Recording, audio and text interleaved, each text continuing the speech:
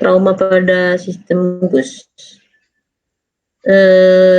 Silahkan ketua case atau ketua kelas untuk memimpin jalannya tutorial hari ini, silahkan. Baik, dokter. Bismillahirrahmanirrahim. Assalamualaikum warahmatullahi wabarakatuh. Selamat pagi, Dokter Tiwuk. Selamat pagi. Ya, selamat pagi, dokter. Selamat pagi, teman-teman. Sebelumnya, agar diskusi presentasi kita pada hari ini mendapatkan kelancaran, marilah kita berdoa terlebih dahulu sesuai dengan keyakinan masing-masing. Berdoa dimulai.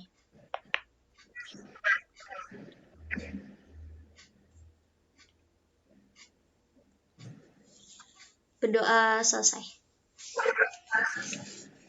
Baik, dokter, apa? Foto dulu. Iya, dok. Foto dulu. Hari ini kita hadir.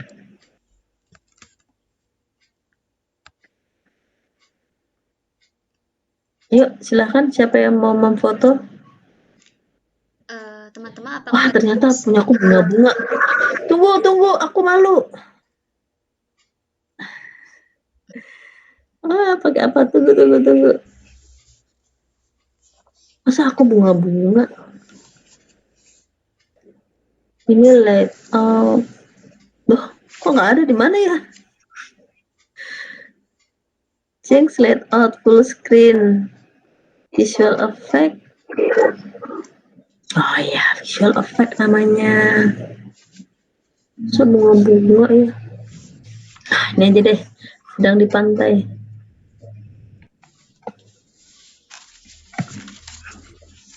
Ilmiah dikit. Yuk, dah silahkan. Baik, dok. Selanjutnya mungkin apakah langsung saja, dok, ke presentasi pertama?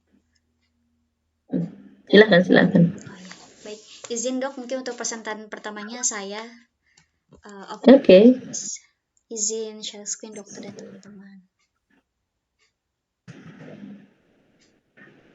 Saya izin off cam, dok. Sebentar.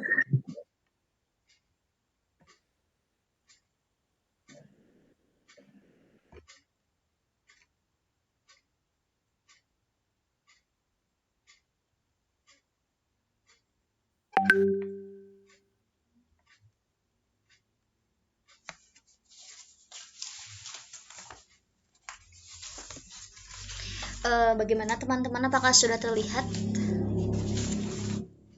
Iya, sudah terlihat, Rin. Oke, baik. Bismillahirrahmanirrahim. Assalamualaikum warahmatullahi wabarakatuh. Selamat pagi, dokter. Selamat pagi, teman-teman semuanya. Mohon izin, perkenalkan saya Rida, NRP 068. Izin untuk menyampaikan overview case ke-6, yaitu mengenai trauma urogenital. Langsung saja kita ke kasus.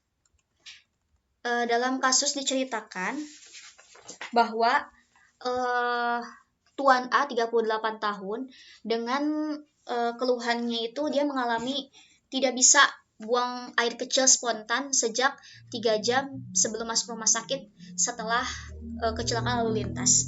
Nah, ini menunjukkan berarti ada keluhan di sistem urogenital dan terjadi karena trauma, karena di sini disebutkan karena kecelakaan. Kemudian sejak 3 jam berarti sifatnya itu masih akut. Sifatnya masih akut, berarti ada kemungkinan yaitu adalah ada trauma urogenital yang sifatnya itu masih akut atau trauma. Kemudian dari RPS-nya, dari hasil RPS-nya itu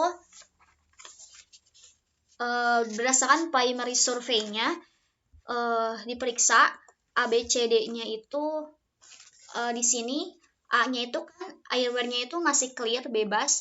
Kemudian breathing-nya, pernafasannya itu cepat. Normalnya kan maksimal 20, ini 24. Berarti dia itu cepat ya, hiperventilasi. Kemudian circulation, nadinya 94 dan tekanan darahnya 130. Nah, ini berarti ada kemungkinan dia itu ada prehipertensi. Terus disability-nya, alertnya GCS 15. Kalau GCS 15 berarti masih spontan gitu, masih eye open respon mata, respon verbal, respon motoriknya itu masih sadar gitu, walaupun memang tidak masih sadar kayak gitu. Kemudian dia nggak bisa duduk dan tidak bisa berjalan dan ada nyeri, berarti ada gangguan mobilitas. Nah itu berdasarkan primary survey-nya. Kemudian lanjut ke secondary survey. Di pemeriksaan DRPS-nya, pasien ini datang dengan keluhan tadi kan nggak bisa BAK spontan sejak 3 jam. Terus dia itu ada darah keluar menetes dari lubang penis, di mana darahnya itu berwarna merah segar dan tidak bercampur dengan urin. Berarti ada kemungkinan gangguannya itu lokasi dari sumber perdarahannya itu dekat dengan orificium uretra externa, bukan dari salurannya. Artinya itu dari apa ya? Dari lubangnya gitu, bukan dari salurannya. Kemudian saat ingin BAK merasakan nyeri di perut bawah, namun tidak bisa berkemih. Kemudian saat dipaksakan mengejan BAK, keluar sangat sedikit dan bercampur darah. Berarti ini tuh dia itu kan mengalami kesulitan buang air kecil. Berarti dia tuh mengalami hesitansi yang merupakan tanda adanya retensi urin. Kemudian pasien ini menceritakan bahwa dia itu mengalami kecelakaan. Dia terpelanting dari sepeda motor dan panggul kirinya itu membentur trotoar. Berarti ini harus kita tandai bahwa pasien ini ada kemungkinan ada gangguan di bagian kiri gitu ya. Dia itu terpelanting. Nah ini jadi etiologi dari keluhan. Kemungkinan dia mengalami fraktur. Terus dia lokasinya itu di pinggul kiri. Nah ini menjadi lokasi kemungkinan trauma pada regio pelvis kiri.